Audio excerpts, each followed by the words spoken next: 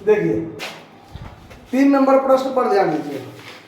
3 number प्रश्न में क्या कहता है कि एक कंपनी के परिव्यय लेखों ने, मतलब कॉस्ट बुक, परिव्यय लेखा मतलब कॉस्ट बुक 30,114 रुपया का शेष दिखाया, जबकि वित्तीय लेखों ने निम्नलिखित कारणों से 19,760 रुपया का लाभ दिखाया। अब देखिए इसको दूसरे स्टाइल से बताते हैं। क्या? तो जैसे हम लोग लास्ट में लिख लेते थे ना, ऐसा नहीं लिखेंगे हम, खाली यहां लिखते हैं कि प्रॉफिट एज पर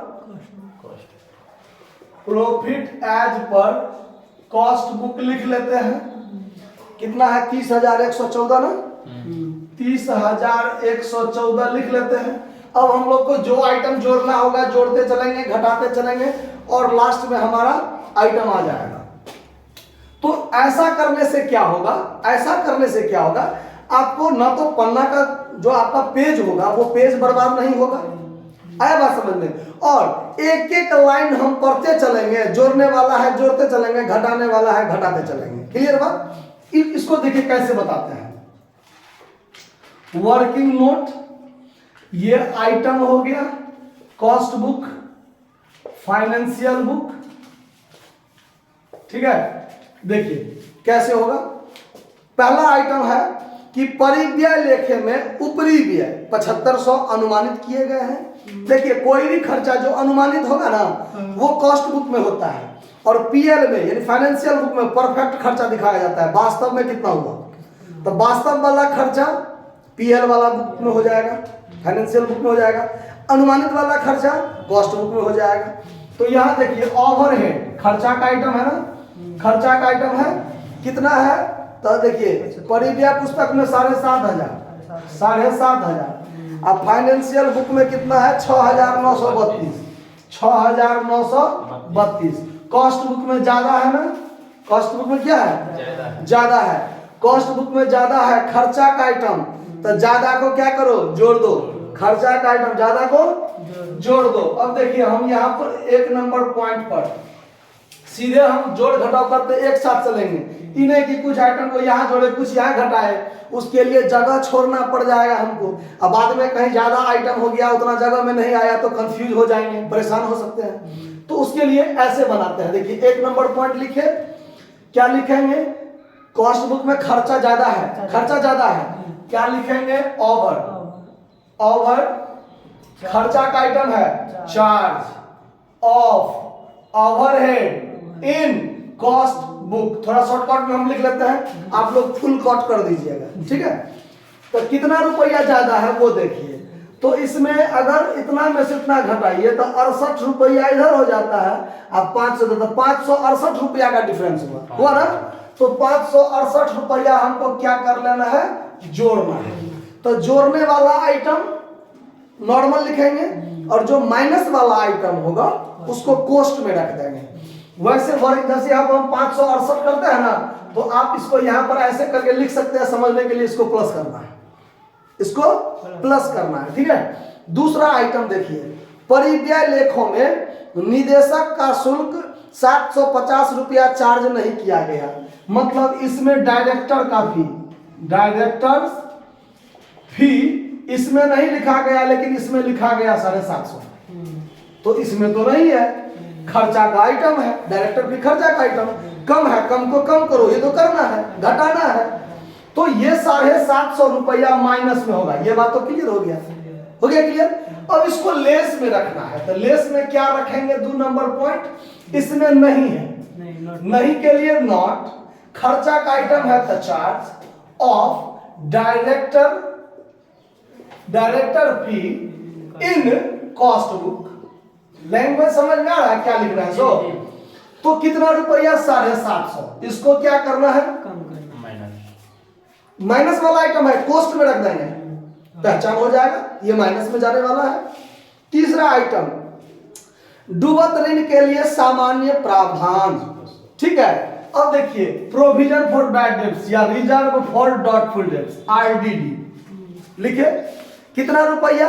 600 रुपया का प्रावधान। बात पर ध्यान दीजिए, ये खर्चा प्रोविजन फॉर डॉटफुल डेट्स जब माल बिकता है उसके बाद ये प्रावधान होता है ना। उधार हम बेच दिए देनदार को, उसके बाद तो ये बात आइटम कॉस्ट बुक में नहीं लिखा जाता है, ये सिर्फ पीएल में लिखा जाता है। ये बात को भी ध्यान में रखना है कि कुछ खर्चे ऐसे हैं जो आपने कॉस्ट बुक पढ़ा ना, अभी कॉस्ट शीट बनाना सीखा ना, आउटपुट फर्स्ट सेकंड चैप्टर 2 में, तो उसमें आपने देखा कहीं भी हम लोग प्रोविजन फॉर बैड डेट्स लिखते थे? नहीं लिखते थे, क्योंकि उसमें होता ही नहीं है। तो इसमें नहीं लिखाया है, तब तो ऑलरेडी कम है, ये खर्चा का आइटम है एक तरह से, है ना। इससे हमारा लाभ क्या होता है? घटता है। इसमें लिखा ही नहीं है तो लाभ तो बढ़ा होगा, बढ़ा नहीं बढ़ा। तो ये खर्चा का आइटम है और कम है, तो कम को क्या करो? कम करो। खर्चा का आइटम कम को कम करो, तो कम को कम करो मतलब कि ये वाला 608 रुपया क्या करना है हमको? माइनस करना है ना। तो लिखेंगे क्या? इसमें है नहीं, कॉस्ट बुक में नहीं है, not charge of RDD in cost book. समझ में आ रहा बात? कितना रुपया? 600 रुपया। किस चीज में हो जाएगा? कॉस्ट में रख देंगे, माइनस का आइटम हो जाएगा। उसके बाद इस वर्ष, बात पर ध्यान दीजिए, इस वर्ष 12,000 का एक नया कारखाना बनाया गया जिस पर वित्तीय पुस्तकों में 5% ह्रास लगाया गया। ऐसा कहा है कि वित्तीय पुस्तक में 5% ह्रास लगाया, यानी 12,000 का 5% 600। डिप्रिसिएशन 600 इसमें लगा, लेकिन इसके बारे में कोई चर्चा नहीं है। मतलब इसमें अगर इसमें भी दिया रहता तो डिफरेंस देख लेते कि कितना कम ज्यादा है।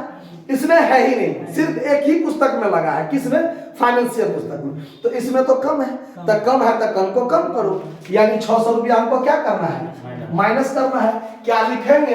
तो लिखेंगे नहीं है तो नोट, खर्चा का आइटम है तो charge of depreciation in cost book, in cost book. कितना रुपया? 600 रुपया। ये भी माइनस में जाएगा। समझ में आ रहा है ना बात? लैंग्वेज ये आपको आसान समझ में आ जाएगा। एक एक आइटम देखते चलिए, सवाल बनाते चलिए, दुनिया से कोई मतलब नहीं, कहाँ है क्या है नहीं है उससे कोई मतलब नहीं। आगे देखिए, उसके बाद है हस्तांतरण शुल्क, ट्रांसफर फी। तो ये ट्रांसफर फी जो है ये आमदनी का आइटम है। ट्रांसफर फी ये आमदनी का आइटम है। तो आमदनी वाला आइटम तो कॉस्ट शीट में होता ही नहीं है, तो ये आइटम को ध्यान रखना है, आगे भी मिलेगा तो ध्यान रखना है। 28 रुपया प्राप्त हुआ, 28 रुपया प्राप्त हुआ, तो इसमें नहीं है, इसमें नहीं है, कम है। और ये आमदनी का आइटम है, आमदनी का आइटम है, कम है तो कम को क्या करो? जोड़ो। इसका मतलब इसको जोड़ना है। 5वें आइटम इसमें नहीं है तो नॉट, आमदनी का आइटम है तो रिकॉर्डेड। ये सबको ध्यान रखना है, लैंग्वेज पकड़ना है, क्या लिखा जाए? तो not recorded of transfer fee, transfer fee in cost book. तो इसको क्या करना है? जोड़ना है, यानी 28 रुपया क्या करना है? प्लस में रखना है। 28 रुपया प्लस में, तो कॉस्ट में नहीं रहेंगे।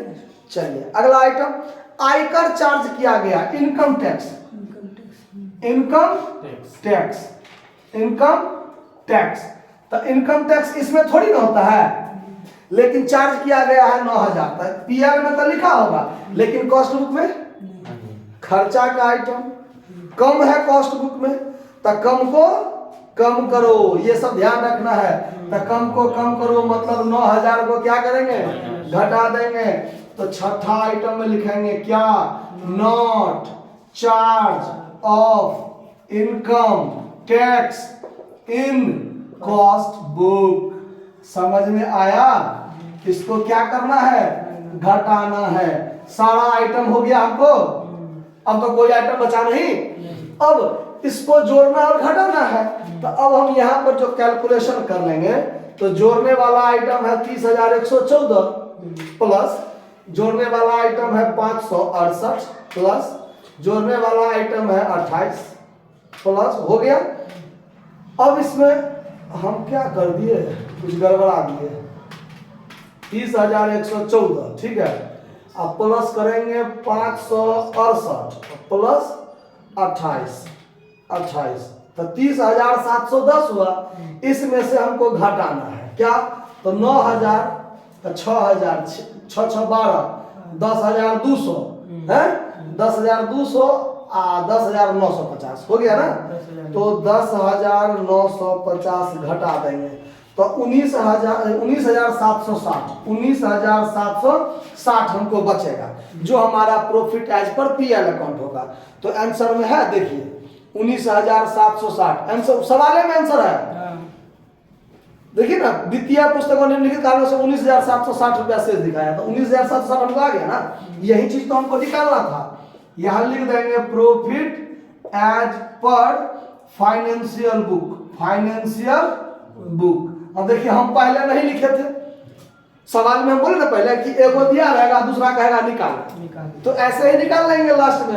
अगर सवाल में दोनों दिया हुआ है तो आपका आंसर मिल गया, और नहीं तो हम लोग ऐसे बना लेंगे। समझना रहा बात। तो ये आपका बनकर तैयार हो गया। कोई जरूरत नहीं कि इतना दूर ऐड के लिए, इतना दूर लेस के लिए।